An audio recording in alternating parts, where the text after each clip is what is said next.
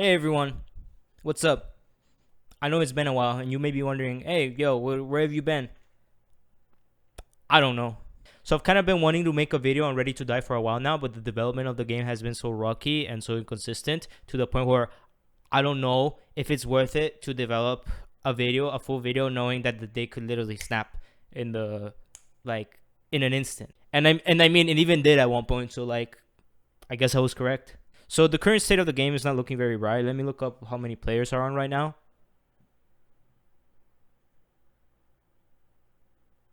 There is currently 53 players, which would be enough to fill around like 2 to 3 servers, which is not great at all, especially for a live service game.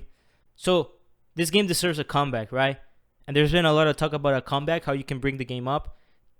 I don't know if that's gonna happen. Hopefully it will, because I don't want to see a game like this just die, especially like all the time and effort that got put on by so many talented people. And so you start to wonder, well, what's the approach? You just continue doing updates? Because, I mean, that hasn't been working very great, has it? And so I recently got a video on my recommended by a YouTuber called Bredian that's called The Problem with Zombie Games and How to Fix It, which has R2D right in the center. And the video is like half of it, more than half of it, is regarding to like the problems with Ready to Die and how he would fix it. And this is kind of what inspired me to make this video, because I wanna add like what I think, what my perspective of the whole thing is. Like, how do you come back after falling from grace so low? I'm just gonna be honest. I did not like the advice that was given in the video. And the thing is, I know for a fact that when these sorts of videos come out, the R2D community will stick to it and will take every single advice that has been said in this video. I know for a fact, because that has happened to me. And so I think it's important always to have discourse. That way the opinions of one person aren't law, just to say it like that. So like, obviously no disrespect to Bredian, the YouTuber who made this video. We're both gentlemen here, and I think we're both gonna be able to talk about it in a respectful way. So the video spent most of it addressing what a lot of the main issues with Ready to Die are, which mostly include just buggy, everything that has been said for so long of the life of Reason to Die. It's just the entire list. And so like he kind of addresses how he would actually go around to fixing the game if he were to add. And I think the fundamental issue with doing something like this is it's not R2DA. And he did address this in the video, where he says it's like, oh yeah, I bet a lot of R2DA fans are gonna be like, well, it's R2DA, what do you expect? But I mean, yeah, it's a game that's been going since 2016. It's had its highs, it's had its lows, it's been successful, it's been proven to be successful, and it's the game that people have been attached to. Hell, since even 2014, since the formula has been basically the same.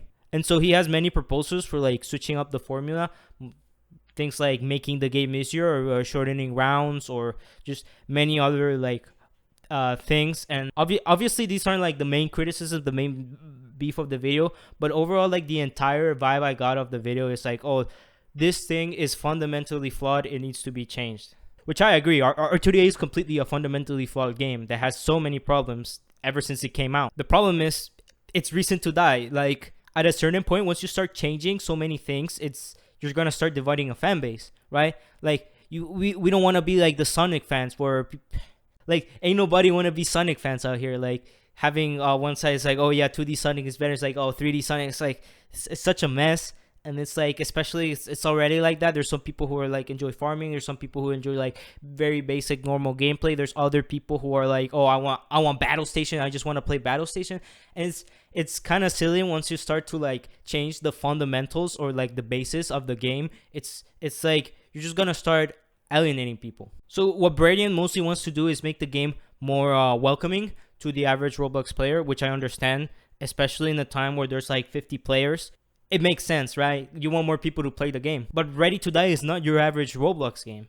It's your average Roblox game is like Adopt Me or whatever. And so you can't make a game that pleases that kind of people when that is just not your target audience.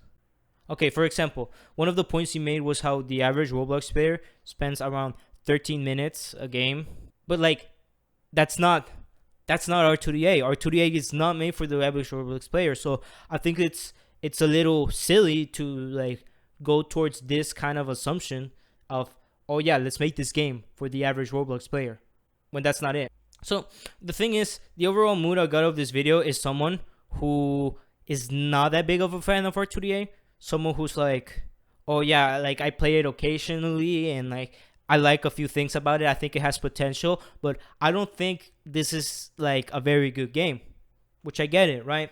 But at the same time, there is a really big audience of people who are R2DA fans and who have been wanting a consistent experience, something that represents what they've been playing for, regardless of it is flawed or not. And by doing some changes, you're basically alienating the half of your audience. And he does address it, like he does say like, oh yeah, I know R2DA fans are gonna play the game regardless of it is good or not, or that kind of thing. And like, yeah, I mean, the thing is that is the audience. That is the where the money is. That is like betraying your audience is just not like the thing you should strive to do, like, ever. And so what I see is like this person who like kind of likes R2DA, kind of doesn't. He sees a lot of potential, and so he's giving like his like input as to how like you can fix the game to make it more for a mainstream kind of audience. But like at the same time, as someone who isn't very much of a fan of the formula of Reason to Die, like suggesting this kind of things when there's like a whole audience of people who do like the game, it's kind of whack. Like, let's just be for real here. Like, R2DA is not a failure. It's pushing 10 years, and for a live service game, where most live service games are lasting like barely even 1 year, even from AAA studios. And yeah, it has its flaws, it has its everything, it has its whatevers, and like, trust me, I'm the first person to call them out. But when you're trying to make a game for a different kind of audience, like, what's the point there? Might as well make a new zombie game, which is what a lot of people are doing. A lot of the people, ex-staff members of R2DA, are now working on their own zombie games, which, I mean, great for them. But in a project like Ready to Die, which is main goal is preservation, I think it's quite silly to suggest that the solution to this game is to make the game more pleasing to the average Roblox player, when that is not the audience that built R2DA. So what would actually be a solution to this thing?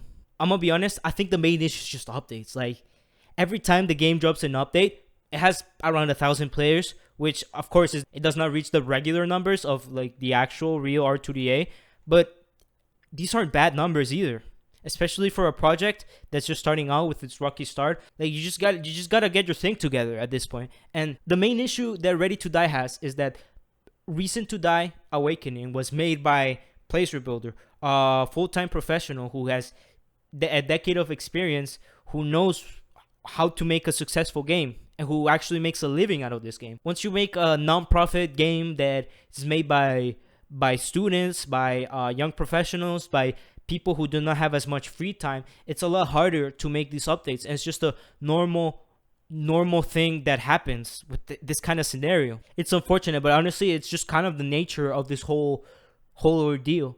Like, at this point, you can't do much about it. What I think Ready to Die needs is to be more consistent with their updates, in the way that they aren't just releasing big giant updates every like 3 months, but instead releasing like just like different maps, new guns, new like simple stuff like that, right?